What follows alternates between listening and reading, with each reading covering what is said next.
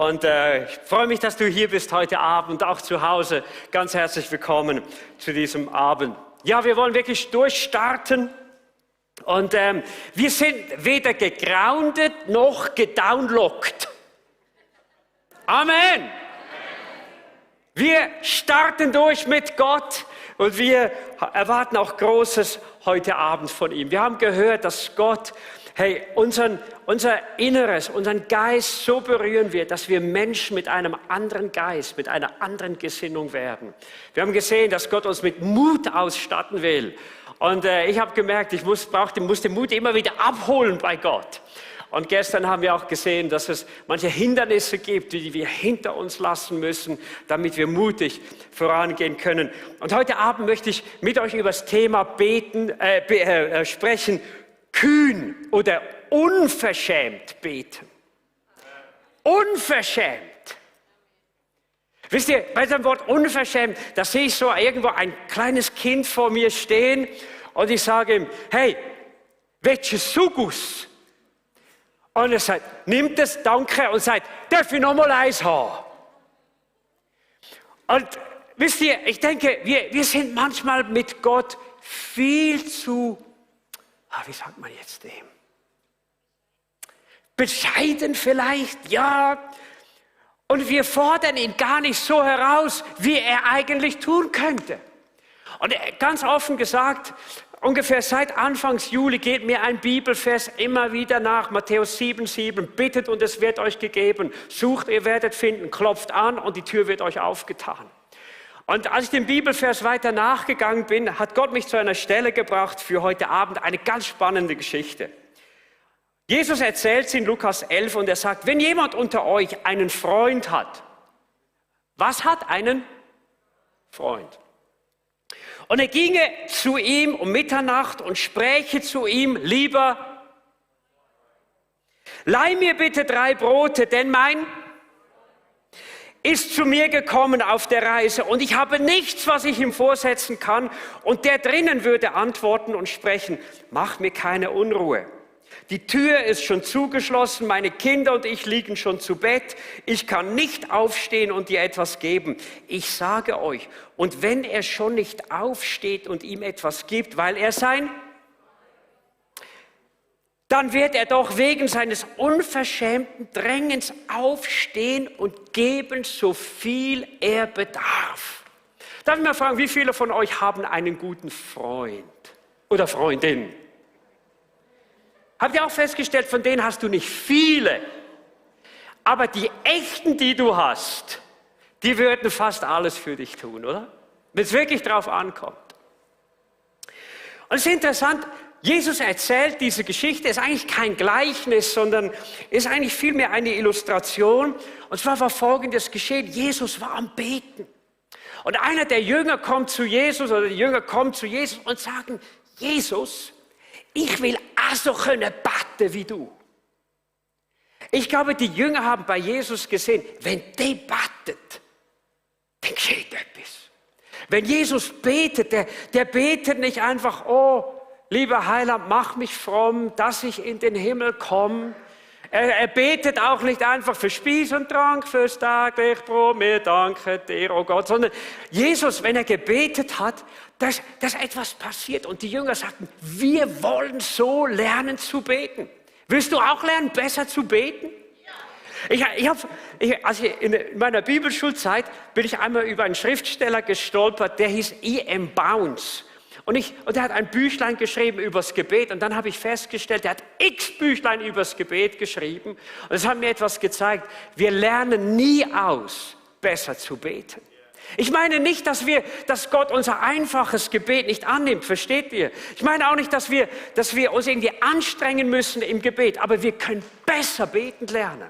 Und zwar wie Jesus, dass Dinge geschehen. Denn er hat gesagt, hey, was im Himmel von Gott vorbereitet ist, soll sich auf dieser Erde manifestieren. Und wenn Gott das sagt, dann geschieht's auch. Und was geschah hier? Hier ist dieser eine Freund und er bekommt um Mitternacht, eine sehr ungünstige Zeit, Besuch von einem Freund. Und in der nahöstlichen Kultur ist es so, wenn jemand kommt und dich besucht, dann gibt es nur eines. Du sagst, herzlich willkommen, komm rein. Und dann bekommst du garantiert etwas zu essen. Und diese Pflicht der Gastfreundschaft ist ganz tief, übrigens auch heute noch verankert in diesen Kulturen. Und normalerweise war es so, man hat Brot für einen Tag gebacken und so kam der dorthin und das Brot war leer. Und dann tut dieser Freund Folgendes, er weiß, ich muss ihm etwas vorsetzen, ich will das auch, ist ein guter Freund und sagt sich, ich habe auch einen Freund.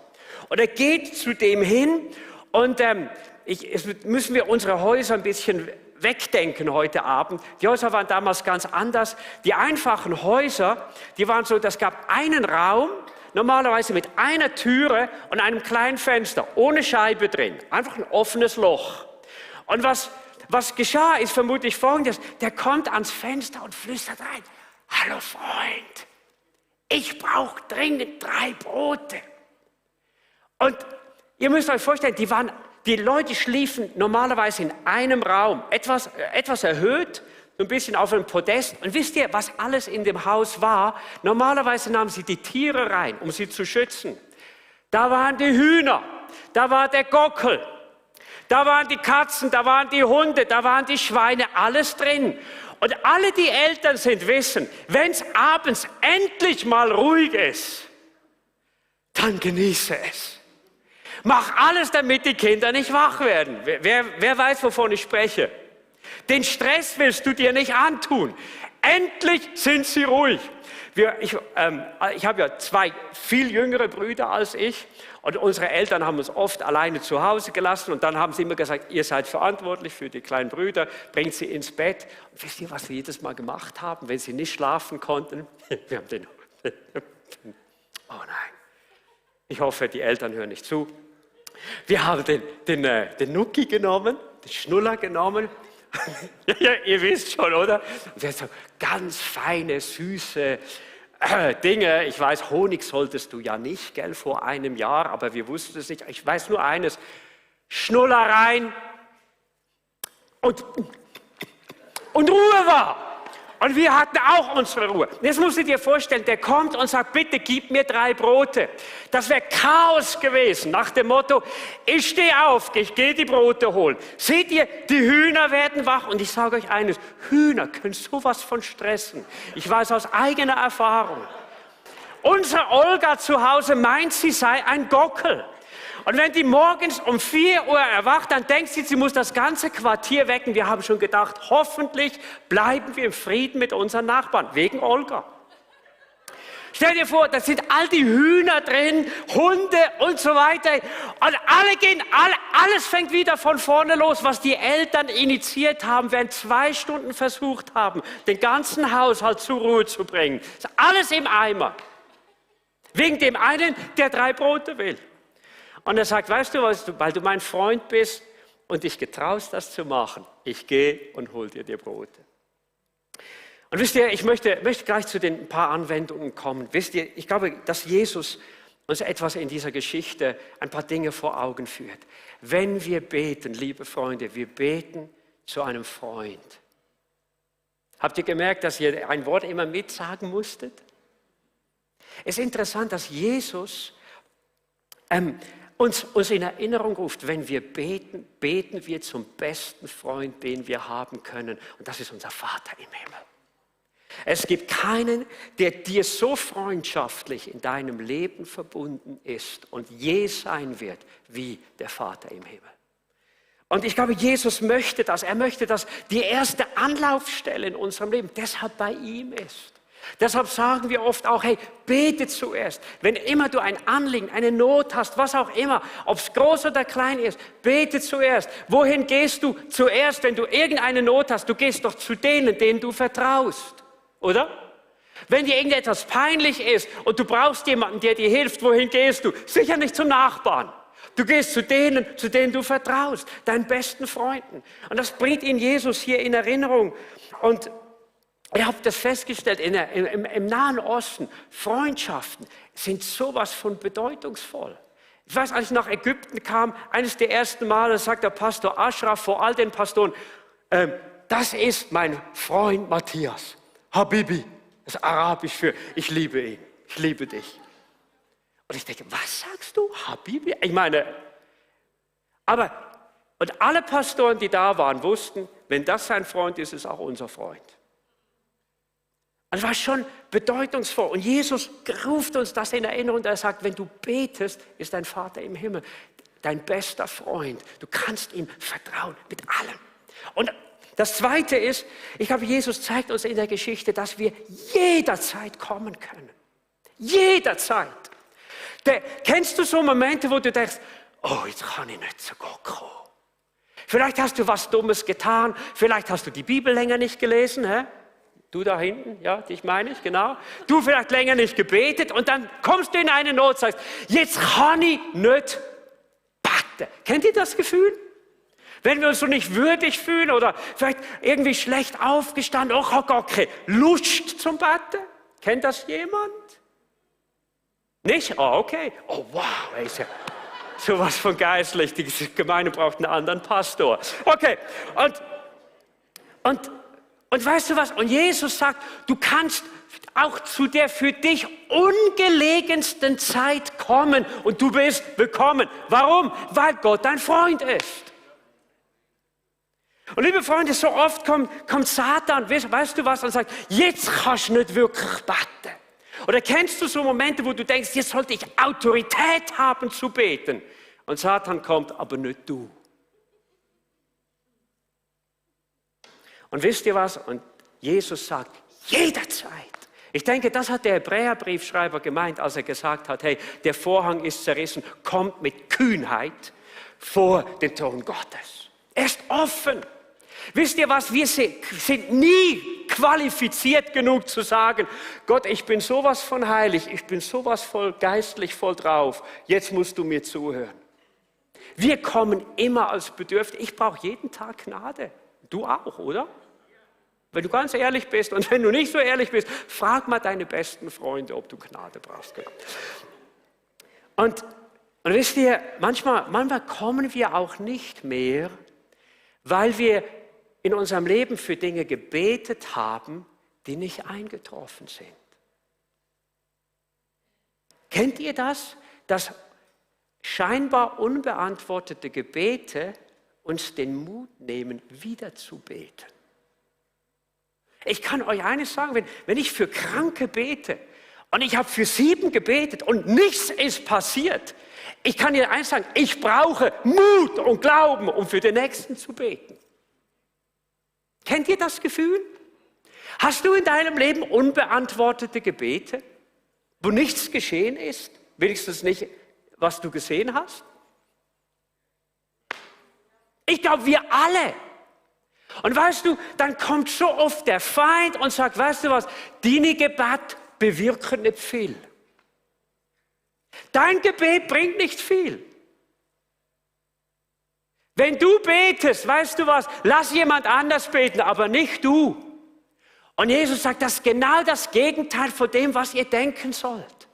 Schaut, hey, gestern, Pastor Desmond und ich, wir haben am Abend gegessen und jemand aus seiner Familie hat Gott gebraucht, um die Toten aufzuerwecken.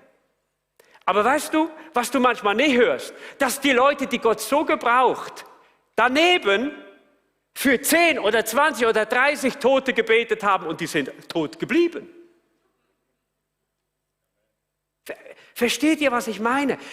Ich glaube, Gott will uns eines sagen, komm jederzeit. Komm jederzeit. Lass dich von dem, was scheinbar sich nicht erfüllt hat, nicht abhalten. Schaut, wenn Gott unsere Gebete beantwortet, tut er es doch immer auf 3 Dinge. Er sagt, yes, das lieben wir, oder? Und am besten heute, jetzt. Manchmal sagt Gott auch, warte. Weißt du, ich bin auch so einer, ich habe immer den Eindruck, wenn ich eine Idee habe, ist der beste Moment, es zu tun. Und wisst ihr, für Gott ist das Timing sowas von wichtig. Und manche Dinge tut er nicht, weil es nicht seine Zeit ist. Und weil er sagt, du musst warten. Du musst warten. Warte, bis die Zeit da ist. Verstehen wir immer den Zeitplan Gottes? Ich verstehe nicht. Ich verstehe auch nicht, warum Jesus noch nicht gekommen ist. Ich weiß nur er ist noch nicht gekommen, weil er sagt, gibt viel Arbeit noch für euch zu tun. Und ihr habt noch nie alle Arbeit getan. Tut sie. Aber ich kann euch sagen, wenn das so weitergeht mit unserer Gesellschaft, mit allem drum und dran, Genderfragen, Gottlosigkeit und so weiter und so fort. Liebe Freunde, ich bete wie nie zuvor, Herr, komme bald, echt. Ich habe es manchmal hier oben. Ich weiß nicht, ob ich der Einzige bin. Aber ich wünsche mir manchmal für unsere Gesellschaft, es würde genau den anderen Weg gehen. Politiker würden sagen in den Krisen, wir fangen an zu beten. Wir schlagen wieder mal die Bibel auf. Und im Moment geht geistlich unser Land vor die Hunde, echt. Und das, auf der anderen Seite, das regt mich nicht nur auf, aber es tut mir auch weh, weil ich sage, Herr, komm uns zu Hilfe.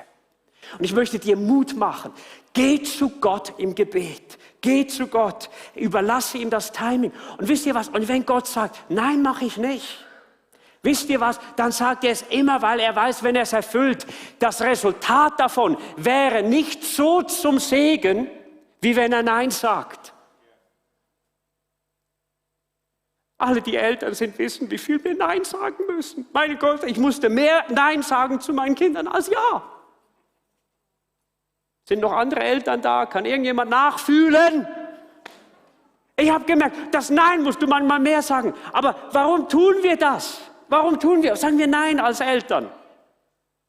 Weil es nicht gut wäre für die Kids.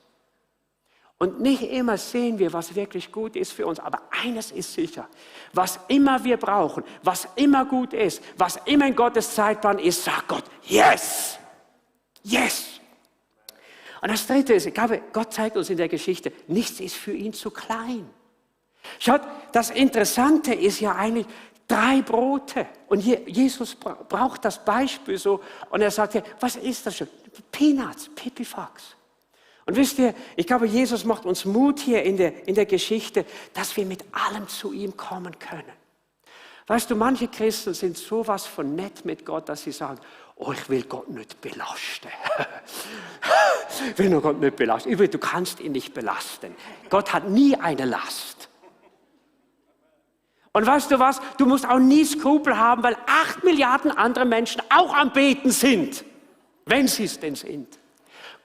Für Gott bist du als wärst du der einzige Mensch auf Erden. Und wenn es darum geht, dass du nicht weißt, falls du noch eine Krawatte trägst, welche Farbe sie haben muss. Gott, hey, bitte ihn um Weisheit, bitte ihn um diese einfachen Dinge. Und Gott sagt, hey, ist okay, kannst du kommen.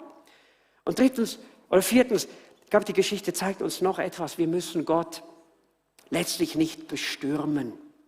Nicht bestürmen. Schaut, denn Jesus erzählt die Geschichte nicht, weil Gott im Bett wäre und sagt, ich komme jetzt nur raus, weil du so gestürmt hast. Sondern Gott ist eben genau nicht so.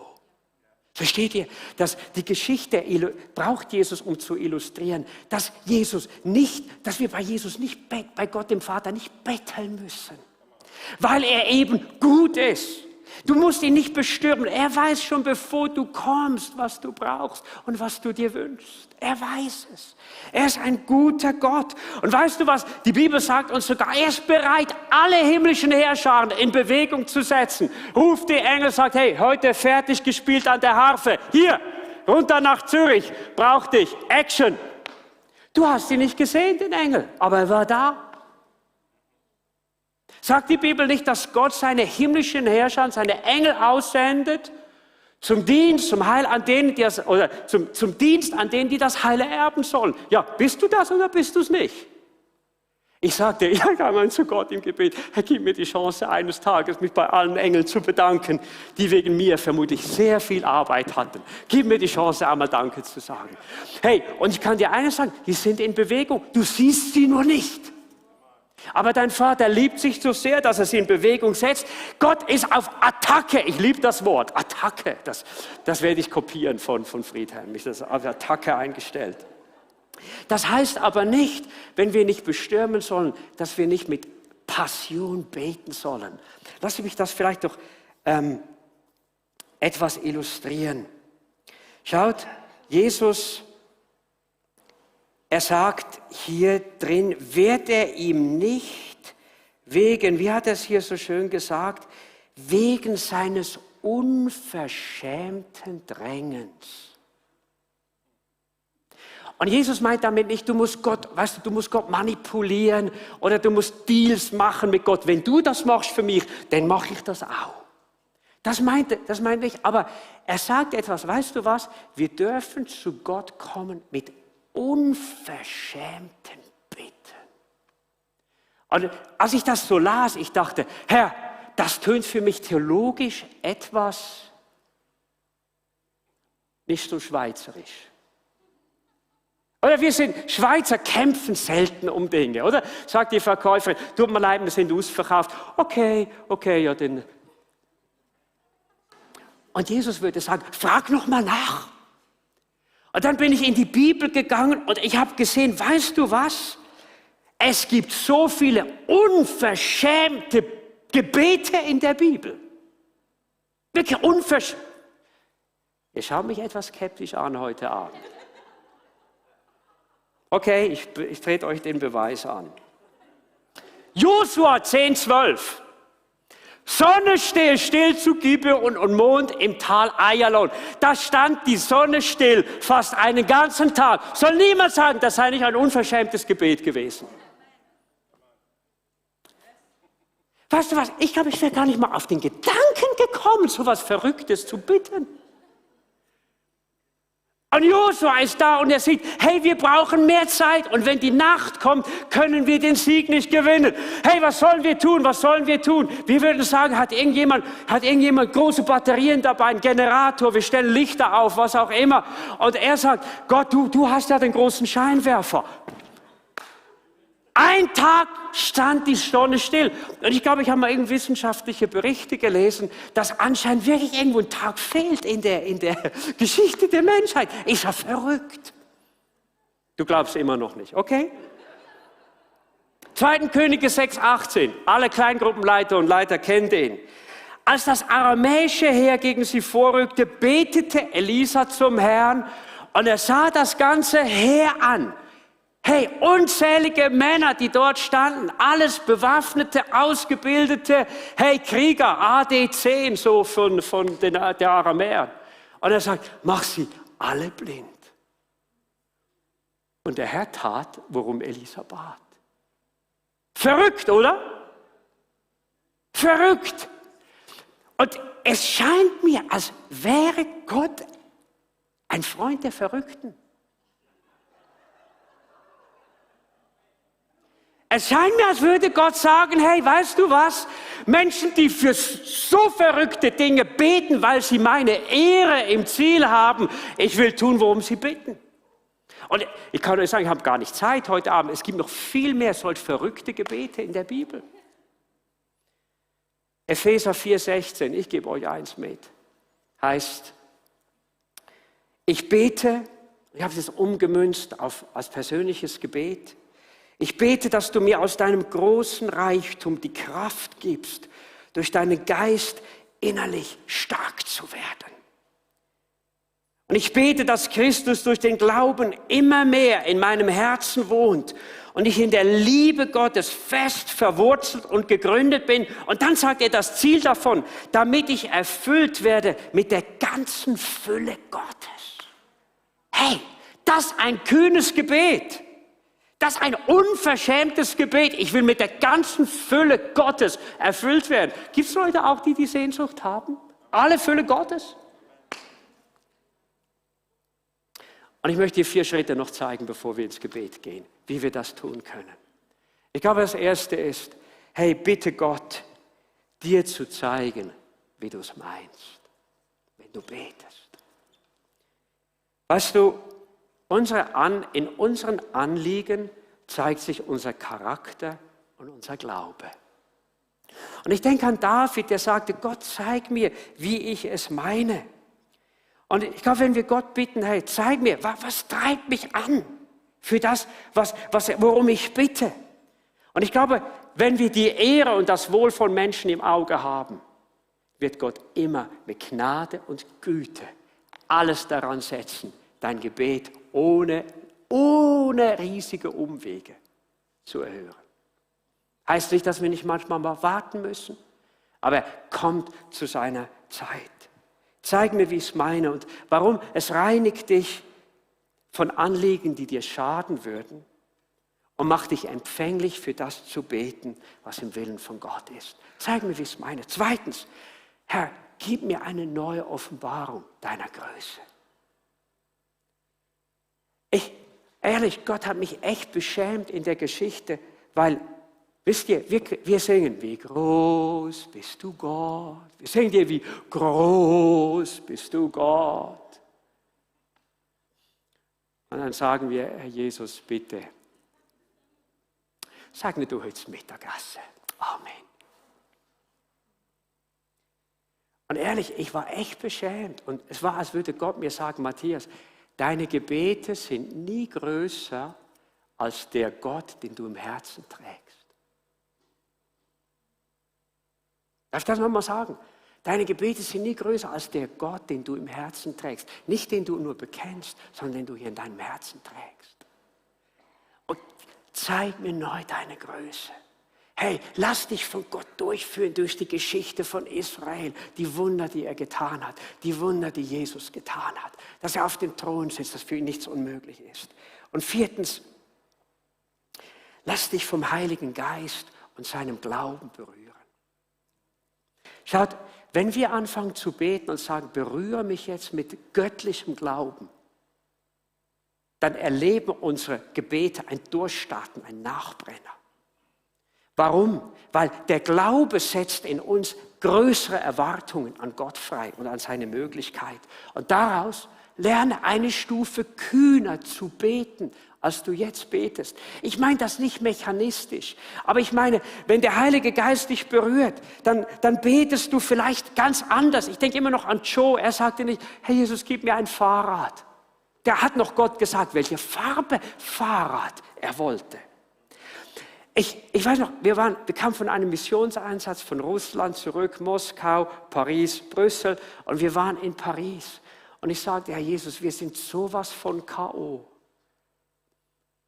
Heiliger Geist, es wäre so schön, wir könnten jetzt ein bisschen angenehmer fliegen.